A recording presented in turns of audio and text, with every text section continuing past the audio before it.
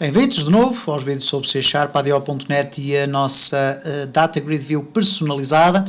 Vimos então aqui nos vídeos anteriores como criar aqui o princípio desta nossa classe, relembrando aqui que para utilizarmos uma Data Grid View personalizada não vamos utilizar a Data Grid View que está aqui, mas sim a nossa Data Grid View que aparece aqui no topo já depois de compilado, ok? Cá está, grelha personalizada versão 1.0.0, ok? E é considerado um .NET Component porque eu fui simplesmente herdar, ok? Fazer aqui uma grelha. Reparem, ela não tem uma apresentação visual, daí ele dizer to add components to your class, drag and drop to the toolbox, etc, etc, switch to code view.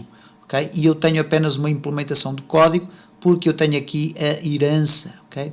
Fui herdar a partir de Data Grid View. Ora, vamos então continuar aqui com a nossa implementação e o que nós vamos fazer é muito simples.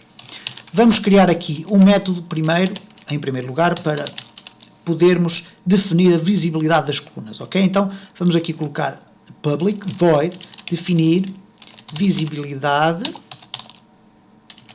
E podemos fazê-lo da seguinte forma, por exemplo, passando uma lista de nomes das colunas que vão ser visíveis. Então, neste caso, list string lista visíveis. Okay.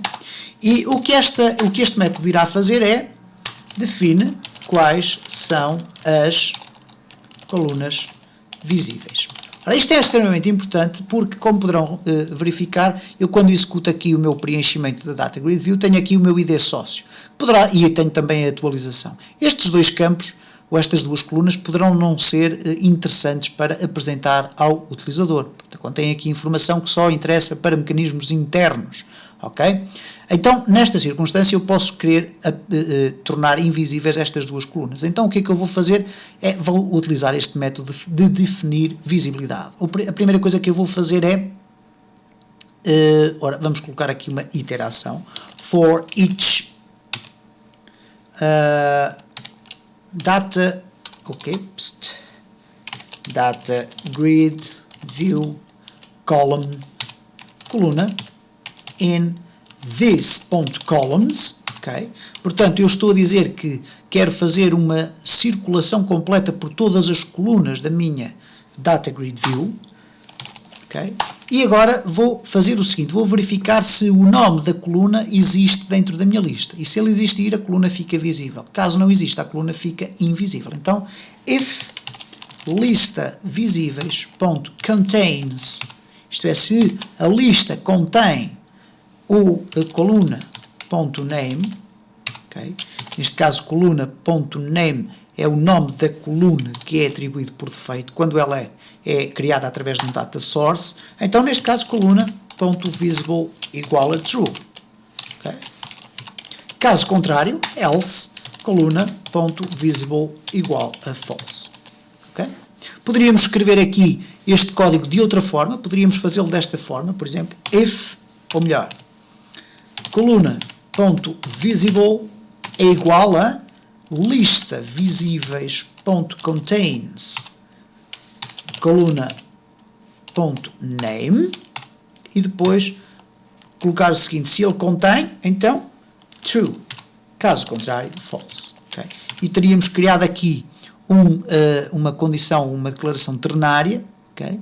Cá está, a coluna só será visível dependendo desta questão que é colocada. Será que existe o nome da coluna na lista visíveis? Se existe, muito bem, então é visível, é igual a true. Caso contrário, será igual a false. Cada uma destas implementações é válida, ok? Vamos deixar a implementação superior porque ela é mais facilmente interpretável, ok? Podemos também definir o mesmo método, mas eventualmente com uma outra implementação, por exemplo. Nada se perde com este tipo de implementações, que é o facto de eu poder definir listas de visíveis e listas de invisíveis. Ou então, até antes disso, poder definir o método da seguinte forma. Reparem, eu vou aqui colocar, então, public void definir visibilidade, continua a ser o mesmo, neste caso, o mesmo nome do método, mas com uma assinatura diferente. E esta assinatura, em vez de ser uma list com a lista das colunas que são visíveis, eu vou definir um dictionary. Dictionary, um dicionário tipificado que vai ser do tipo string, portanto eu vou indicar como chave qual é o nome da coluna e depois como bool vou indicar se é verdadeiro ou falso, isto é, se a visibilidade é verdadeira ou é falsa. E neste caso, vamos colocar aqui, por exemplo, visibilidade, por exemplo. Okay? Vamos colocar em letra minúscula. E o que é que vai acontecer nesta circunstância? Ele define o mesmo tipo de funcionalidade, ok? Só que nestas circunstâncias ele vai fazer o seguinte. For each key-value pair do tipo string, bool, okay? Portanto, por cada par de valores que existe aqui no visibilidade, então, por cada par string bool, que eu vou designar por item in visíveis, ou visibilidade, ok? O que é que ele vai simplesmente fazer? Vai definir a visibilidade da seguinte forma. If this.columns.contains, isto é, se existe uma coluna com o nome item.k, isto é, que tem o nome que é ali definido na string, okay?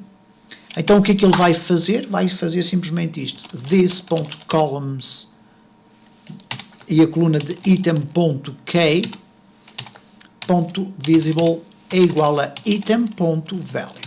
O que é que isto significa? Significa que eu posso criar um dicionário construído com pares nome de coluna, visibilidade, verdadeiro ou falso, e depois vou fazer uma interação. E se a coluna existir, okay, ele então vai pegar nessa coluna e vai definir a sua visibilidade consoante o valor do próprio key-value pair, ok? Parece um conceito extremamente estranho, eventualmente pouco utilizado, mas que poderá ficar aqui definido. Não perdemos nada por isso. No próximo vídeo iremos continuar então a implementar mais alguns métodos que nos irão ser muito práticos na utilização do nosso código.